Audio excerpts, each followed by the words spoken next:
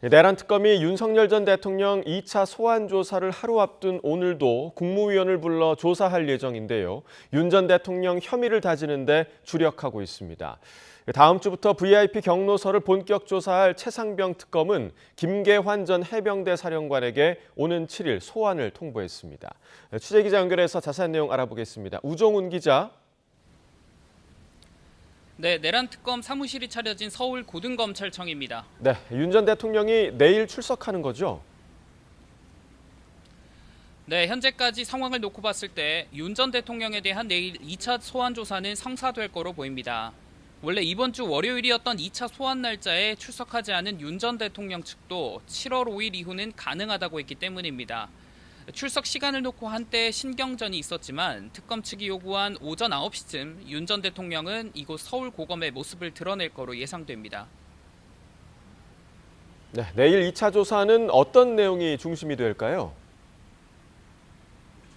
네, 지난해 12월 3일 비상계엄 선포 직전 국무회의 상황을 재구성하고 이를 통해 윤 전 대통령에 대한 혐의를 다지는 데 주력하는 거로 전해졌습니다. 특검은 비상계엄 선포 국무회의 안건 심의 과정에서 윤 전 대통령의 직권남용 권리행사 방해 혐의를 추가로 들여다보고 있는 것으로 알려졌습니다. 비상계엄 선포 당일 윤 전 대통령은 국무회의 정족수 문제로 1차와 2차에 나눠 국무위원들을 소집한 거로 전해졌는데요. 특검은 만약 윤 전 대통령의 계엄 선포가 일방적이었다면 윤 전 대통령이 국무회의에 소집되지 못했거나 뒤늦게 온 즉 2차로 소집된 국무위원들의 심의권 행사를 방해한 게 아닌지 의심하는 것으로 전해지고 있습니다.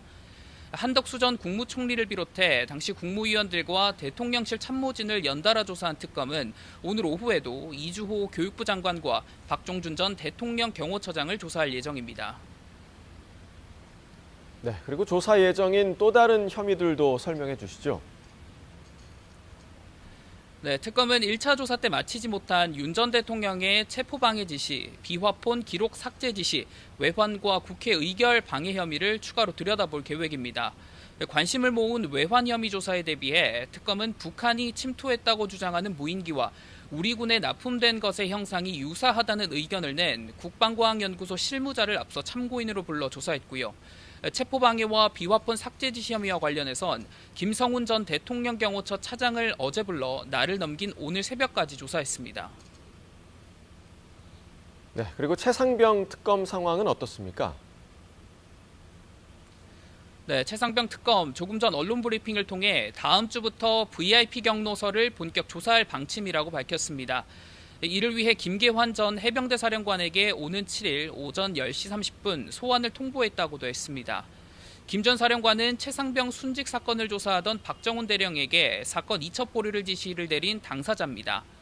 특검은 김 전 사령관에게 이종섭 전 국방부 장관이나 대통령실로부터 어떤 지시를 받았는지 캐물을 예정입니다. 특검이 당시 정황을 알만한 관계자에 대한 소환도 예정되어 있다고 밝힌 만큼 이 전 장관의 조사도 조만간 이루어질 거로 보이는데 이 전 장관은 오늘 특검 측에 박 대령의 항소심 사건을 취하하는 건 부당하다는 의견을 냈습니다. 네, 그리고 이어서 김건희 특검 상황도 짚어보죠. 삼부토건 주가 조작 의혹을 들여다보기 시작했다고요? 네, 김건희 특검팀은 수사 개시 하루 만인 어제 삼부토건 관련 회사 6곳, 임직원들의 주거지 7곳 등 13곳을 압수수색해 자료 확보에 나섰습니다. 삼부토건 의혹의 핵심은 이 회사 전현직 경영진이 우크라이나 재건 사업에 참여할 것처럼 속여 주가를 조작한 뒤 막대한 시세 차익을 받고 여기에 도이치모터스 주가 조작 관련으로 김 여사 계좌를 관리한 이종호 씨가 연루됐는지 또 김 여사가 사적 이익을 위해 정부 정책을 활용했는지 규명하는 겁니다. 다른 수사 대상 항목 가운데 비교적 수사가 더딘 것으로 알려진 삼부토건 의혹에 대해 특검이 의지를 보이는 만큼 확보된 자료에 대한 분석을 마치면 피의자 조사에도 속도가 붙을 전망입니다. 네, 그렇다면 김건희 여사에 대한 소환 조사 시점은 언제가 될까요? 네, 삼부토건 의혹과 관련해 김 여사는 현재 피의자 신분이 아닙니다.